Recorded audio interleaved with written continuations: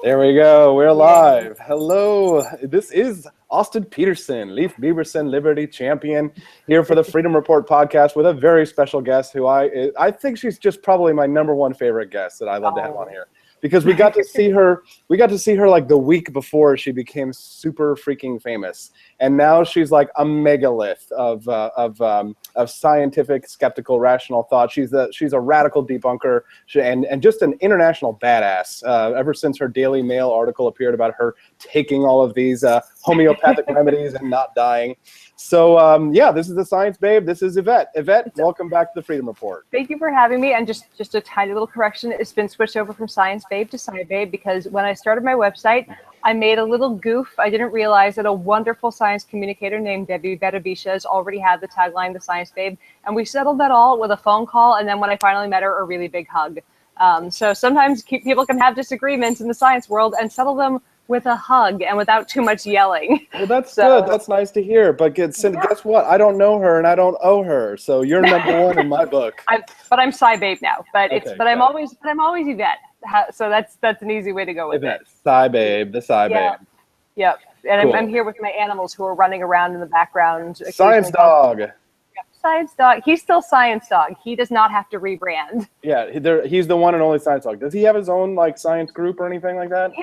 He has fans. One of my really wonderful fans, and I mean, I think I know everyone says I have the best fans in the world. I have really wonderful followers. This really wonderful follower out in England, Lucy Marshall. She painted a picture of Science Dog wearing a little lab coat and holding a little beaker, and she mailed it to me, and I have it on my wall now. It's like my favorite gift anyone's given me. It's the cutest picture, and it captures his little goofy personality perfectly. I love it so much. So awesome. So yeah, he has a little cult following. So I mean, most of my Instagram is just pictures of my dog. Okay, what is your so people can know and so I can tweet it out too. What's your Twitter account right now? Twitter at the Sci Babe, same as Instagram. My website is scibabe.com, and Facebook, I'm facebook.com/scibabe. Okay, so I'm telling everybody on Twitter now to tune in as well. Cool. Cool. All right, cool. So let's get down to the nitty gritty, the news of the day. This is a big deal. Richard Dawkins, okay? Certainly one of both of our big intellectual influences. He's been like, and I mean, let's, before we get into the bad of Dawkins, because there's some bad, there's some good, let's talk about why we love Dawkins and what he's done for a lot of us, you and me, and for probably a lot of people listening. The God delusion challenged so many things in my brain because I grew up Catholic. I grew up with a Catholic mother and a Jewish turned Catholic father. There was a lot of religion going on in my family, and I was a choir girl till I was 15. We can make so many jokes about this, but moving on. I was so entrenched in religion, and then all those questions about the cognitive dissonance that I needed to believe in religion came up. And I was starting to become one of those spiritual but not religious people. I was starting to look into alternative religions, and I was starting to go, I'm an agnostic. And then, people started handing me books from atheist authors, and then I got the God delusion. And it helped me come around to the fact that I was an atheist and I was still a moral person. And I was an atheist and that was okay. And it helped me become comfortable with questioning things that I had deeply held in me for so long. And I'm always going to be thankful for Richard Dawkins for his writing, and I think so many of us are. But it's not good news to talk about the good stuff. Nobody cares. They want the dirt. They want the dish. But you know what? Let's just talk about the fact that you can both have it in your head that this man helped me. This man made so many works that I am always going to be thankful for, and this man has done some things that I don't like. Right. Well, But we got to talk about that because that's what people are interested in right now because it's the hot news of the day. Yep. And certainly Richard Dawkins has had a profound influence on myself as well. He's got me to think about science in ways that I'd never considered. Yep. He got me interested in evolutionary psychology, which I had never thought about before. Excellent. But let's talk about the news. We got to do that because we got to serve our audience. He was kicked out of a conference. He was asked, and I'm speaking at it as well. Right. And he and I were both tell us what happened. So he tweeted. Now here's the thing, Dawkins. I think Dawkins is a wonderful communicator in long form communication. Give him a chance to write an essay, a talk, a book. He is great at it. Give him 140 characters and he's gonna fuck it up. And that's a big problem. He's really bad at Twitter. And I'm not the first person to make this observation.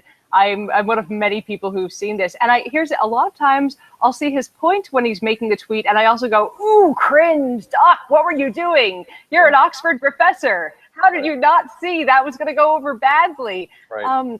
And it's unfortunate because this is somebody who, like I said, we can still, the two things going on here, we can still see the intellectual person here and well, what were you thinking? I have to interrupt, so I got to keep us on track. Yeah. Why was he disinvited from the conference? He, specifically from this one, he tweeted a video comparing feminists to Islamists. Now, I'm not saying that it's wrong to criticize certain groups. It's always okay to criticize groups that you disagree with, always, because I think that there are no golden calves. There is nobody who's off limits to criticize.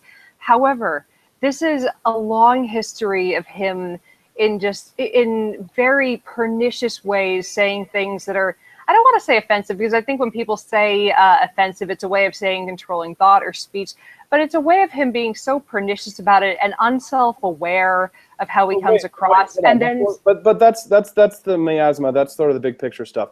I want to focus in on specifically what he said, because what he said here was that he was comparing. He was saying that it's time for feminists to criticize the misogyny of radical Islam, which I think is actually important and true. I mean, do you disagree with that? I don't disagree with that. But in this tweet, what he said was, and I mean, he ended up deleting the tweet, but after he deleted it, he doubled down on it and said it was okay for him to tweet it. He stood by it after all. And I think it's right that people do need to go after, some of the horrible things in radical Islam. But I mean, instead of saying, he's right. I mean, here's the thing. He's right. It's in terms of saying that people need to go after the issues in radical Islam. He said it's time feeble feminists started to condemn the misogyny in Islam. Let's be honest. I mean, the feminism now, such as it is, it's all about its first world problems. These are people concerned with manspreading on a subway. Meanwhile, women are getting stoned with rocks in third world countries. I mean, don't you think that he's got a valid criticism here? Again, I think it's a little bit straw manning to say just because somebody is complaining about this doesn't mean they don't think that this is a problem. So I mean, I'm not very entrenched in feminism. Like, this is not my platform. This is not something I write about. Right. It's kind of something that I think people think I have a toe in this just because of my gender. And it's like, it only really affects me because, it does affect me because of my gender, but it's not something that is part of my platform. But I've seen enough of Dawkins, history of behavior to see that he doesn't have any self-awareness about how his tweets are perceived. But this one, after it was taken down, and let's kind of focus on what Dawkins did during this, kind of the whole shebang on it. He put up this tweet after he was criticized very widely for it, didn't take any introspection, didn't say, maybe I've made a mistake. And that's skepticism. It's not just being skeptical of the world around you. It's being skeptical of yourself and your own behavior and the social issues that go around it. And he hasn't had a chance. He's never, and I think it's something that comes with being so successful for so long, is you give yourself an echo chamber. And that's a bit of a problem. Like when you, and I love this, I think it was a quote from Penn Jillette, or I've heard him say it. It might've been quoting someone else.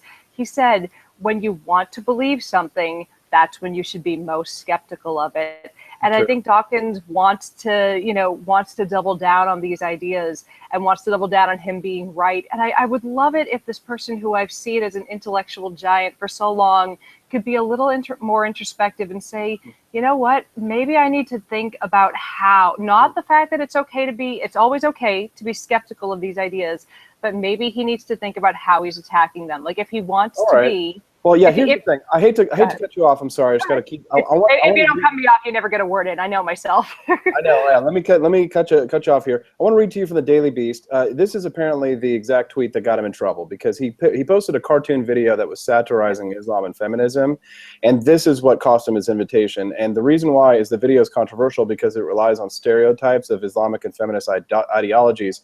criticizing them at their most extreme, calling them both a whiny pair of little spastics. And that's what kind of freaked them out. And then Dawkins deleted it. He said that the woman in the joke song is a real person who has been threatened with violence. So he deleted his tweets because he didn't want anyone to be threatened with violence. But the feminist groups issued a statement condemning him because he retweeted this offensive video. I mean, I don't want to get into criticizing feminism or anything. I would like to go into the bigger picture of sort of how the atheist and skeptics movement has been evolving over the last decade. Because to me, I want to hold on just a moment.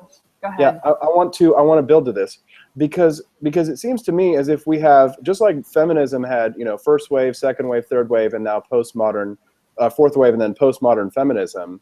Atheism and skepticism seems to be evolving into like a second and third wave of atheism, whereas our first wave of atheists, which is where Richard Dawkins, Christopher Hitchens, Sam Harris, it's a very highly acidic form of atheism, which is a very an attack, full-blown attacks on religion. Yeah. And now it's evolving into something which seems to me to be a little bit more libertarian in the sense that it's like, as long as religion is not impinging on our secular republic, then we need to have dialogues with people of religion. We need to have better relationships with people of religion. Yes. But that skeptics and atheists and agnostics deserve a place at the table too. Yeah, and it's, I mean, I see a place for a couple different types of, I guess, atheists and atheist communicators. But I also see why, like, people like Dawkins and his ilk can be grating to people outside of our bubble. And I don't think they see that, and I don't think they see how it comes across to people. Now, some of the atheists, and I mean, I don't want to say, like, people don't always like me, for kind of to give the parallel. People don't always like me because they find me grating sometimes, and I think I'm delightful. But like it's, but like that's the thing. I like to say there's a place for all kinds. There's a point for all kinds. But like I don't want to say there's no place for this, because sometimes the really grating stuff is important and necessary and can help somebody come to terms with something that's really deep inside themselves. So there is a place for the Dawkins and the Harrises, but I'm hoping that when someone like a Richard Dawkins sees that he's getting a lot of criticism with all that intellectualism that he professes to have, he'll say, you know what, maybe it's time for a bit of introspection to see if I'm actually doing something wrong. And I think he has it in him. I would love to see that happen. But I want to know if you think that he should have been disinvited. It's, what, I don't see that it's a problem that he was disinvited. What? Why? It's because, it's their conference and their call. And it's because here's the thing. I've also, and here's why I You're think bad libertarian. but you know what? It's free market, motherfucker.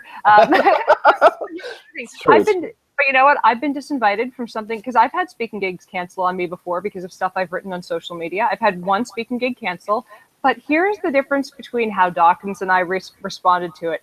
Dawkins went, and I mean, it went through my speaking. The one thing that I think Nexus might have done, that I might have done differently than how Nexus handled it, and I really love all the people that are on the board at Nexus. I know it wasn't a unilateral decision. There was some dissent. I found out, and they were public about this, they didn't tell Dawkins first. They made the announcement. They didn't give him an email about it. There was no phone call. It was just they announced it. I think that maybe they should have given him a phone call before announcing it. But, other than that, it's their decision. But here's the thing that kind of bugs me. I've been uninvited from something as well. Because of something I posted on social media. I kind of sat there in my room pouting about it because in this case it was a paid speaking engagement and I like getting paid. Right. But you know what I did? I pouted about it for a few minutes and went on with my fucking day. I didn't go on a Twitter rampage saying I've been deplatformed because I'm a grown-ass woman who gets over things, because sometimes I say inflammatory things on social media and I realize that comes with a cost of sometimes people not wanting to do business with me. Right. So, it happens all the time. I want to move on because we don't want to go too long here. I want to talk about libertarianism and where you see libertarianism going. You say you're a bad libertarian, and that's because you're a skeptic above all, right? I consider myself an individualist first, which I think sort of encompasses skepticism, perhaps, but perhaps not.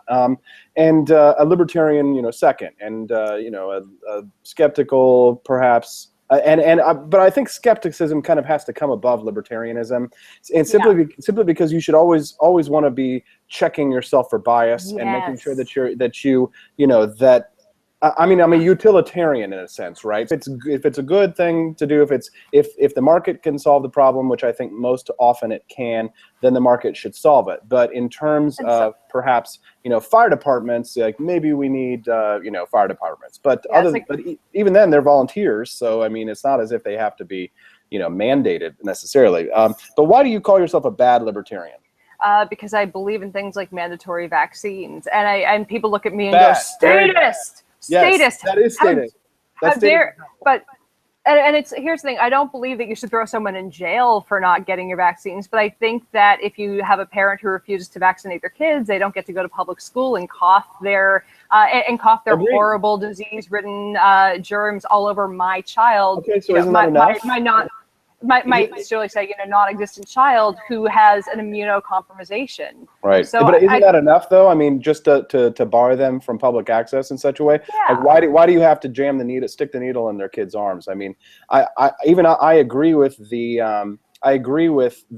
concept of vaccinations. I think that vaccinations are a good thing, but I don't agree with the idea that they should be mandatory in the sense of like, get a vaccination or you're going to jail or taking your kids away necessarily. Yeah, it's like going to jail or taking kids away. I think that's a little bit too punitive. And I look at punitive actions and go, what does it teach somebody? And I think punitive actions like going to jail, they really need to be reserved for people who are dangerous to society. And by dangerous, I mean, if this person is not behind bars, are they going to injure someone? Are they going to injure themselves? So like that's that's the limit on where I put jail time, but not for somebody who's not going to get a vaccine. Okay, then that's better. That's the thing is I feel like that's still pretty libertarian because again, negative externality is happening if someone is not vaccinated, they want to try to go to public school. They should definitely be barred access. One of the things that I like to say is that if you don't want to get vaccinated, then you should go live in the woods. Go live in the woods. Yeah.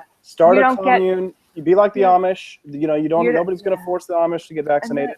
And the thing that's horrifying about the anti-vax movement, more than anything else, the people who are anti-vaxxers, in general, a lot of them were vaccinated by their parents. It's the kids. They're not the victims of it. Their kids are the victims of it. And that's just so scary. Yeah. But another thing that does kind of make me a bad, libertarian is that I do support, better funded public schooling.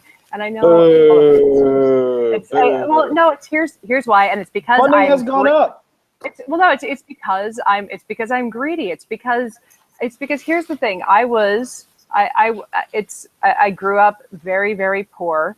I look at this and go, I know somewhere locked in a very poor child's brain might be the next cancer cure, might be the next iPad. I don't want that child to be deprived of the education that will help.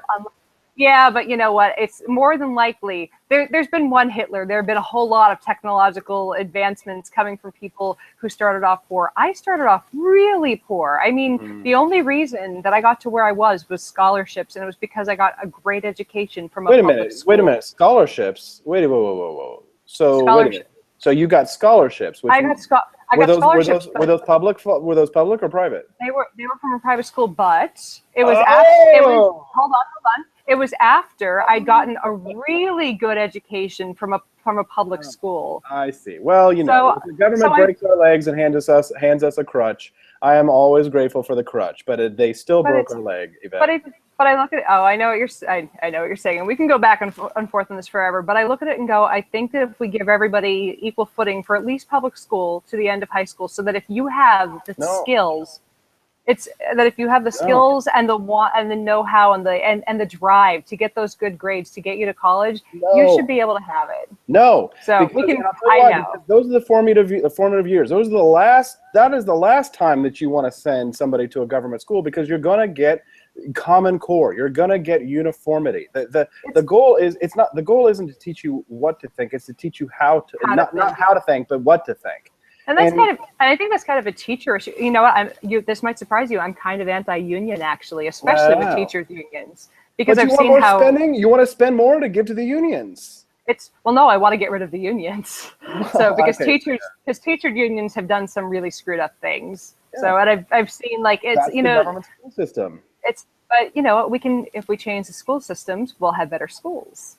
Well, but I do. Oh, I know. I know there's a lot of mess in the school system. I've seen it because, like, my mom was a school teacher for years and years and years, and she saw this would happen. A teacher wouldn't want to change school districts because if you change school districts, they would have to hire you at the rate you were at least in some states. They would have to hire you at the rate you were at a previous school district. So the best thing they could do was hire a teacher right out of school for way less. And that would hurt the student because instead of getting a teacher with 10 years experience that they would have to hire for, you know, however many tens of thousands of dollars more, they'd get someone right out of college. God, so I want to talk to you all day long about everything because you're brilliant and you're perfect for the show. But I can't because I'm running for president. So here's the thing. Tell my audience where they can find out more about you, what some of your current projects. Give us a nice little pitch and send off. So right now I'm writing of all places at cosmopolitan.com because, you know, you have to hit your audience where they live. And it's wonderful to be writing at a women's magazine because, gosh, God knows they need to have detoxes debunked. So you can always find me at scibabe.com and at facebook.com/scibabe. Great. Okay. Hey, Yvette, you're awesome. Keep up the good work out there spreading the news about skepticism and about science. And every once in a while, if you slip in a little bit of stuff about libertarianism, you'll make me happy because, you know, maybe you'll be the person that will spearhead me winning the White House. Who knows?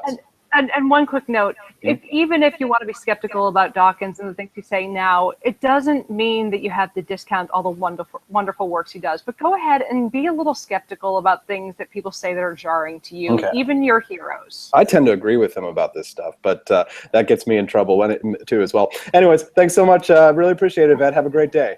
Thanks for having me on. Talk to you later, Austin. Bye.